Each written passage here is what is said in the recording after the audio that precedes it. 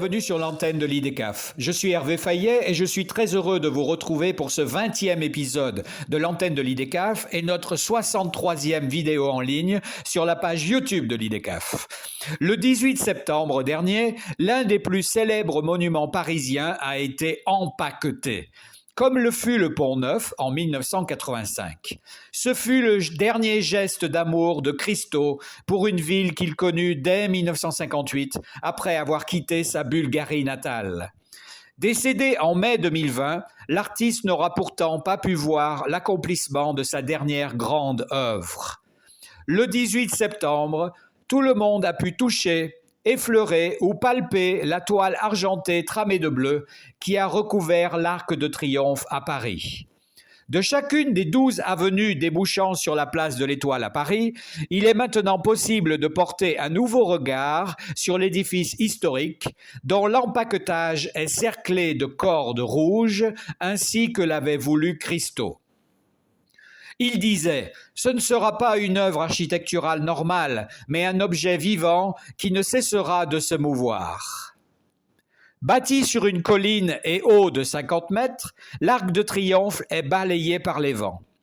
Il disait aussi « C'est là que réside l'incroyable plaisir. Le tissu peut traduire le vent. » Avant cela, il a fallu une cinquantaine de cordistes pour déployer la toile à partir de rouleaux de 8 mètres de large, pesant plus d'une tonne, en descendant en rappel du sommet du monument.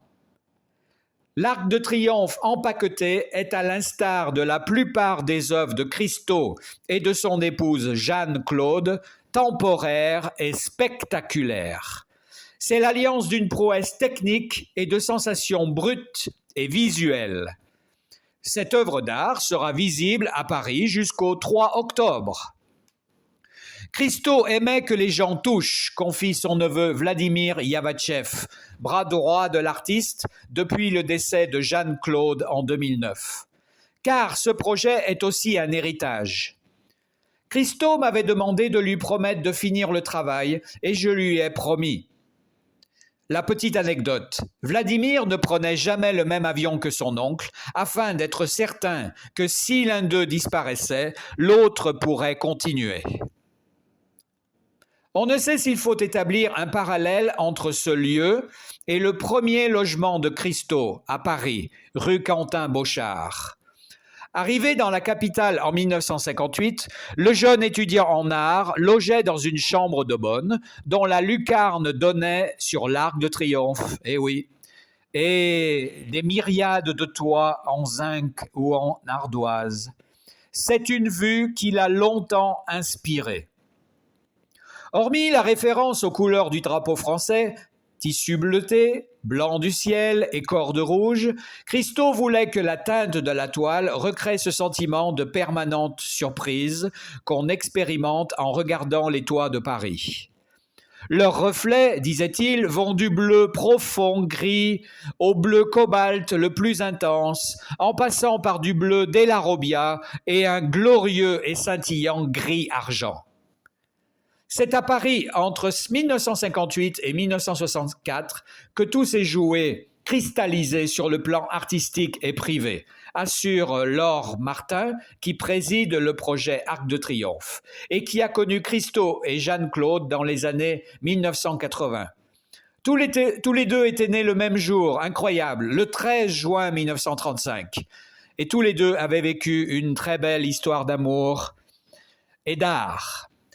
C'est à Paris que Christo a implanté en 1962, sans autorisation officielle, sa première réalisation temporaire en extérieur. Un empilement de fûts métalliques barrant la rue Visconti est baptisé le Rideau de fer, en réaction à l'édification du mur de Berlin. Le couple avait coutume d'expliquer que l'œuvre n'était pas l'objet final, mais tout le chemin de l'idée initiale à ses réalisations. Tant mieux, car la plupart de leurs projets ont mis des décennies à être montés, le temps de convaincre toutes les autorités de les laisser emprunter un monument ou un espace public. Christo et Jeanne-Claude n'ont jamais voulu charger leurs œuvres d'un message, si ce n'est celui de la liberté. celle qui dit que toute interprétation est légitime et conduit des inconnus à débattre d'art au coin d'une rue, celle qui les a amenés à toujours refuser subventions publiques ou sponsors privés. Alors, je vous pose la question, avez-vous vu l'Arc de Triomphe empaqueté? Les photos dans la presse? Des vidéos? Quel est votre avis sur cette œuvre? Serait-il possible de faire ça à Ho Chi Minh Ville? Dites-nous en commentaire ce que vous en pensez. Et pour terminer, voici quelques chiffres vraiment impressionnants. L'Arc de Triomphe empaqueté, c'est 16 jours de présentation, 14 millions d'euros de budget autofinancé, 25 000 mètres carrés de toile sur laquelle a été pulvérisé 1 kg d'aluminium, 3 000 mètres de cordes, 312 tonnes de structures en acier, 1000 personnes mobilisées pour l'installation et l'exposition de l'œuvre, 2 mois de montage et 5 semaines de démontage. Impressionnant.